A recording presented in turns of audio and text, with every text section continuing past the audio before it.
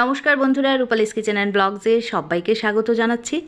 আমার আজকের recipe potato cheese বলস। তো তার জন্য এখানে আমি দেখুন ৬-৭টার মতো আলু, একদম মাঝারি সাইজের আলু বয়েল করে নিয়েছি। তবে একদম পুরোপুরি কিন্তু 100% বয়েল করিনি, 80%-এর মতো বয়েল করেছি। এবারে আলুগুলোকে আমি গ্রেট করে নিচ্ছি। আপনারা চাইলে এগুলোকে ম্যাশ করে নিতে পারেন, তো আমার কাছে মনে হলো গ্রেট করে নিলেই ভালো হবে খেতে।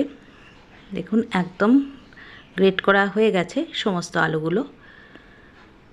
এবারে এগুলোর মধ্যে আমি কিছু কমন ইনগ্রেডিয়েন্টস মেশাচ্ছি।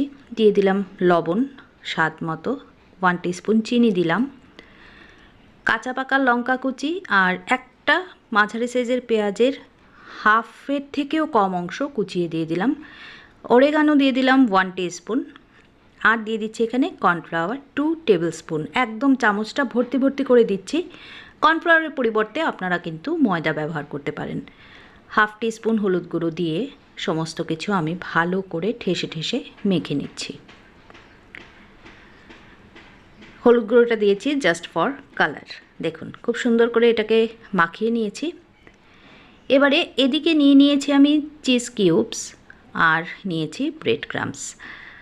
তো এটার পরিমাণটা আপনাদের যতটা ব্রেড ক্রাম্বস দরকার, খুব বেশি আমি নিইনি, হাফ কাপের মতো নিয়েছি। এবারে ওই মাখানো আলুটার থেকে একটু একটু করে নিয়ে একটু চ্যাপটা মতো করে তার মধ্যে আমি একটা করে চিজ কিউব দিয়ে দিচ্ছি। এবার মুখটা বন্ধ করে খুব সুন্দর করে হাত দিয়ে চেপে চেপে এটাকে রাউন্ড শেপ করে নিচ্ছি। আমি যেহেতু বলেছি পটেটো চিজ বলস বানাবো, সেজন্য রাউন্ড করলাম। আপনারা অন্য কোনো রকম সাইজ, অন্য কোনো রকম আকার দিতে চাইলে অবশ্যই দিতে পারেন, তো তাতে তো আর স্বাদের কোনো হেরফের হবে না। তো আরেকখানা আমি বানিয়ে দেখিয়ে দিচ্ছি। এরকম চ্যাপটা করে তার মধ্যে একটা চিজ কিউব দিয়ে সেটাকে মুখটাকে বন্ধ করে রাউন্ড শেপ দিয়ে দেওয়া খুব ইজিলি হয়ে যায়। আর একদম সাধারণ উপকরণ, কিন্তু খেতে এটা অসাধারণ লাগে। ব্রেকফাস্টেও ভাল লাগে খেতে। খুব বেশি অয়েলি হবে না, কারণ এটা খুব বেশি অয়েল অ্যাবজর্ব করবে না। আর বিকেলের চায়ের সঙ্গে তো দারুণ লাগে। তো দেখুন সমস্তগুলো আমি বানিয়ে নিয়েছি। এবার খুব ভালো করে কোট করে নিচ্ছি ব্রেড ক্রাম্বস দিয়ে।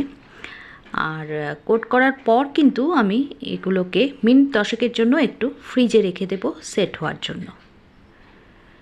তো সবগুলো কোট করে নিয়েছি, এবার 10 মিনিটের জন্য ফ্রিজে রেখে দিচ্ছি। এদিকে কড়া বসিয়ে তার মধ্যে দিয়ে দিচ্ছি আমি এবার রিফাইন্ড অয়েল। একটু বেশি পরিমাণেই তেলটা দিচ্ছি, কারণ এগুলোকে ডিপ ফ্রাই করব আমি। আর ফ্রিজ থেকেও এই বলগুলো নামিয়ে নিয়ে এসেছি। গ্যাসের ফ্লেমটাকে একদম লো মিডিয়াম করে দিলাম। তেল কিন্তু আমি একদম হাই হিটে গরম করিনি, হালকা করে তেলটাকে গরম করে নিয়েছি। সম্পূর্ণভাবে তেল গরম করিনি আমি। এরকম হালকা গরম তেলে আমি একে একে বলগুলো ছেড়ে দিচ্ছি। তেলটা খুব বেশি গরম করলে কি হবে, বল একটা দুটো ছাড়ার পরই নিচের দিকটা হঠাৎ করে পুড়ে যাবে। তাই হালকা গরম করে বলগুলো ছেড়ে দিলাম। এবার ওপর থেকে একটু একটু করে তেল ছড়িয়ে দেওয়া। তবে এক্ষুনি কিন্তু আমি এগুলোকে উল্টোতে যাব না, উল্টে পাল্টে দেবো না। একটা সাইড একটু হয়ে যাক, 4 থেকে 5 মিনিটের মতো সময় লাগবে। একটু নেড়ে চেড়ে দিচ্ছি নিচটা। খুব হালকা হাতে এই কাজগুলো করতে হবে। দেখুন একটা সাইড হয়নি কিন্তু এখনও। লো মিডিয়াম ফ্লেমে খুব হালকা হাতে নেড়ে চেড়ে এগুলোকে ভেজে তুলে নিতে হবে। এবার আমার এক সাইড হয়ে গেছে, আমি উল্টে দিচ্ছি। অসাধারণ টেস্টি হয় এগুলো খেতে, আর বাচ্চাদের তো দারুণ ফেভারিট হয়। অবশ্যই বাড়িতে কিন্তু ট্রাই করে দেখতে পারেন।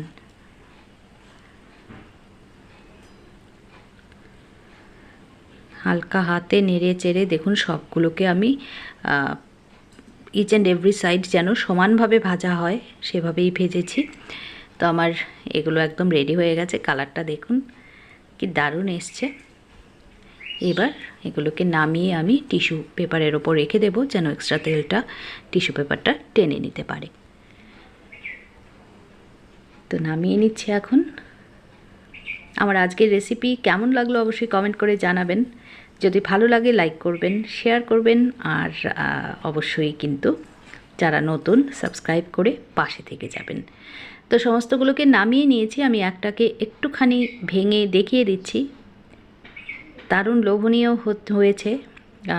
আমার মনে হচ্ছে দেখে খেতে ইচ্ছে করছে জাস্ট। তো আজ এ পর্যন্তই। ভালো থাকবেন, সুস্থ থাকবেন সবাই। আজ চলি। নমস্কার সবাইকে।